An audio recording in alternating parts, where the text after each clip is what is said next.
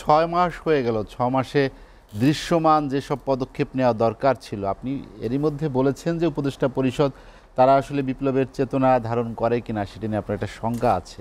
এ কারণেই কি মাসের পর মাস যাচ্ছে যে কাজগুলো আগেও করার দরকার ছিল সেটি আমরা দেখতে পাচ্ছি না বা দৃশ্যমান হচ্ছে না? ধন্যবাদ। 6 মাস অতিবাহিত হয়েছে।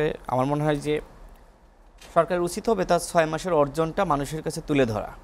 কারণ প্রধান উপদেষ্টা গত জাতীয় সংলাপে তিনি বলেছেন যে আমরা সফলভাবে প্রথম পর্ব শেষ 6 মাস অতিবাহিত করেছি, আমাদের প্রথম পর্ব শেষ হয়েছে।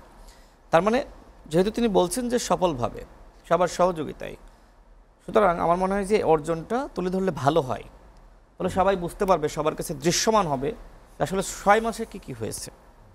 এবং আগামী 6 মাস তিনি ঐক্যমত কমিশন গঠন করেছেন, তারা কাজ করবে জাতীয় ঐক্য সৃষ্টিতে। আপনি যে ঐক্য ভেঙে ফেললেন 6 মাসে, সেই ঐক্য আবার জোড়া লাগাবেন, এটা এত সহজ? আরেকটা কথা বলি, সেটি হলো প্রধান উপদেষ্টা বলেছেন যে কোন দল কী চায় সেটা আমরা পাবলিক করব। খুব ভালো কথা, জনগণের কাছে তুলে ধরব। আমার মনে হয় যে সবথেকে ভালো হয় সোহরাওয়ার্দী উদ্যানে বা এর থেকে বড় কোনো মাঠ থাকলে সেখানে জনগণকে নিয়ে আসা, সবাইকে নিয়ে আসা, জনগণকে নিয়ে এসে সেখানে এক একটা পয়েন্ট সামনে তুলে ধরা এবং বলা যে এই বিষয়কে আপনারা একমত, জনগণ সেখানে উত্তর দেবে হ্যাঁ আমরা একমত। গণভোটের আয়োজন করতে পারে তো সেটা এক্স্যাক্টলি। সুতরাং এই দলগুলোকে ডেকে সময় নষ্টের প্রয়োজনটা কি? জনগণ সকল ক্ষমতার উৎস, আপনি জনগণকে ডাকেন, ডোন্ট কেয়ার রাজনৈতিক দলগুলোকে বাদ দেন, কোনো প্রয়োজন নাই। কারণ এই রাজনৈতিক দলগুলোকে ক্ষমতায়ন করে কারা? জনগণ। যেহেতু তিনি বলছেন এই জন্যই বলা। দেখেন, আপনি নিশ্চয়ই জানেন যে আপনার এই প্রতিষ্ঠান পরিচালিত হয় এইখানে সকল কর্মচারীর মাধ্যমে, নাকি আপনার বোর্ড আছে, বোর্ডের মাধ্যমে না? ওই বোর্ড সবার কথাবার্তা বিচার বিশ্লেষণ করে নানান জনের নানান মত চিন্তা ভাবনা করে একটা সিদ্ধান্তে আসবেন, তাই না? সুতরাং আপনি যদি সব কিছু পাবলিকের অপিনিয়ন করার জন্য আপনি বলেন যে আমরা ছেড়ে দিব মাঠে, তো মাঠে ডাকেন সবাইকে, ওয়েবসাইটে দিয়ে, ভালো কথা, মাঠে ডাকেন, সমাধান তো হয়ে যায়। এই যে আমরা সকল দল, আমাদের কাছে তো তারা চিঠি দিয়েছিল, আমরা প্রস্তাবনা দিয়েছি। আমি ওই দিন আসলে কথা বলার সুযোগটা পাইনি, আমাদের দলের পক্ষ থেকে একজন বলেছিল এবং প্রত্যেক দলের পক্ষ থেকে একজন বলেছে। আমি মাঝে মধ্যে ভাবছিলাম যে একটা কথা বলি, বাট ভাবলাম যে অনেকে খারাপভাবে নিতে পারে, আমি কথা বলি নাই। প্রশ্ন করতে চেয়েছিলাম প্রধান উপদেষ্টার কাছে যে এই যে আমরা সবাই আমাদের অপিনিয়নগুলো দিলাম, এই কমিশনগুলো কাজ করলো, আমরা তো মিল অমিল আছে, এক্স্যাক্টলি আমাদের মিল কোথায় কোথায় ছিল ততটুকু আপনারা তুলে ধরতে পারতেন না? কাজটা এগিয়ে যেত না? যেত তো, কিন্তু সেটা তুলে ধরা হয়নি। তার মানে কি? তার মানে আসলে কোথায় যেন লেন্দি করা হচ্ছে, ঢিলেমি করা হচ্ছে। যে কাজ 1 মাসে করা সম্ভব সেই কাজটা আপনি 6 মাসে করতে চাচ্ছেন কেন? কি উদ্দেশ্য? I don't know. আরও অনেক গুরুত্বপূর্ণ কাজ আছে।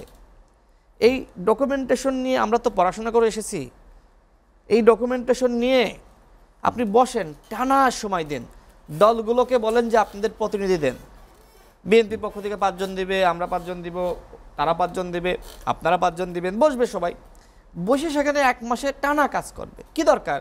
আপনি মাসে 6 মাসে 6টা জাতীয় সংলাপ করবেন, কমিশনও তো রাজনৈতিক 6 মাসে 6টা জাতীয় সংলাপ করবেন, আর কমিশন মাসে একটা মিটিং করবে, 2 সপ্তাহে একটা মিটিং করবে।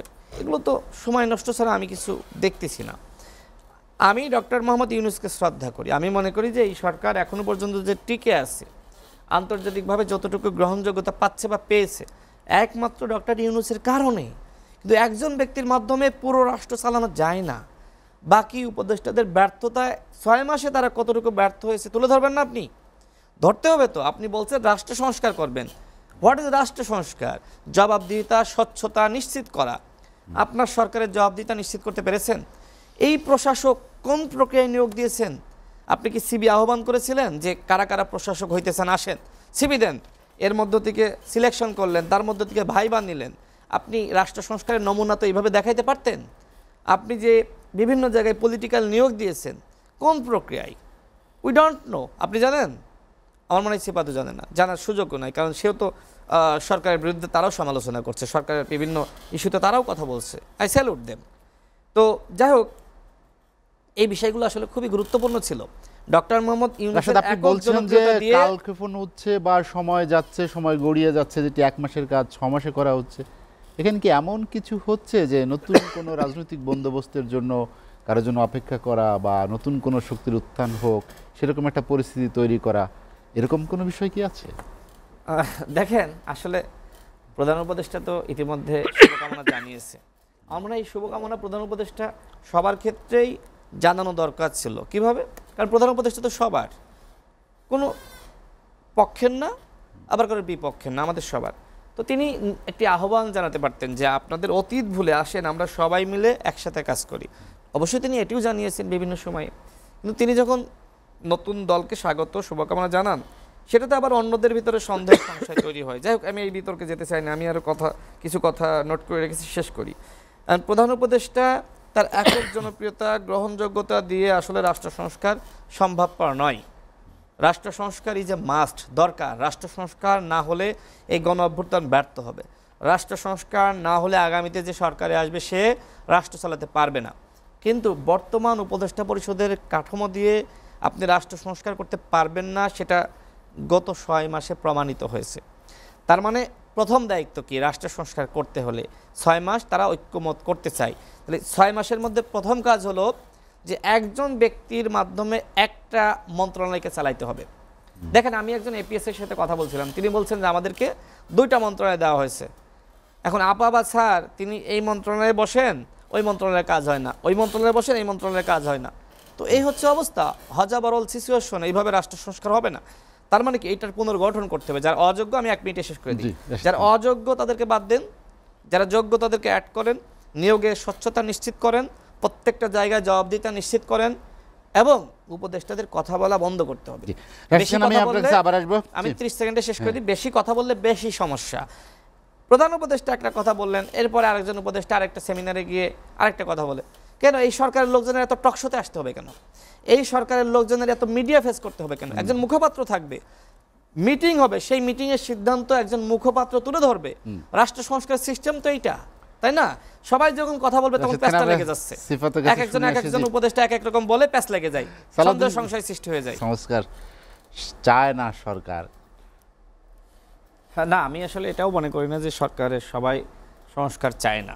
এখন দেখেন, একটা জায়গায় বা একটা ফ্যামিলিতে যদি 10 জন থাকে, 10 জন তো ভালো থাকে না, কিছু দুষ্ট লোক থাকে। আবার সবাই দুষ্টু সেটা বললে ভুল হবে। প্রধান উপদেষ্টার ব্যাপারে তিনি যেটা বললেন, আমি আসলে তারা তো তীব্র সমালোচনা করতে চায় না। আমি আগেই আমার বক্তব্য ক্লিয়ার করেছি যে এখনো পর্যন্ত রাষ্ট্র যতটুকু চলছে, শুধুমাত্র তার আন্তর্জাতিক যে গ্রহণযোগ্যতা এবং তার সামগ্রিকভাবে তার যে অর্জন অতীত, এই কারণে রাষ্ট্র এখনো পর্যন্ত টিকে আছে। কিন্তু বাকি উপদেষ্টা, তাদের নিয়ে আবার প্রশ্ন থেকে যায়। আর নতুন রাজনৈতিক দলের যে বিষয়টা আসছে, দেখেন, দল তো যে কেউ করতে পারে। আমাদের যে সংবিধান ছিল সেখানে কিন্তু উল্লেখ করা ছিল যে কোনো নাগরিক বা সংগঠক তারা কিন্তু চাইলে রাজনীতি করতে পারে, দল গঠন করতে পারে, এই অধিকার সবার আছে। এবং আগামীতে যে সংবিধান আসবে, সংস্কারের মাধ্যমে হোক বা নতুন সংবিধান যেটি হোক না কেন, সেখানেও এই অধিকার আই থিঙ্ক থাকবে।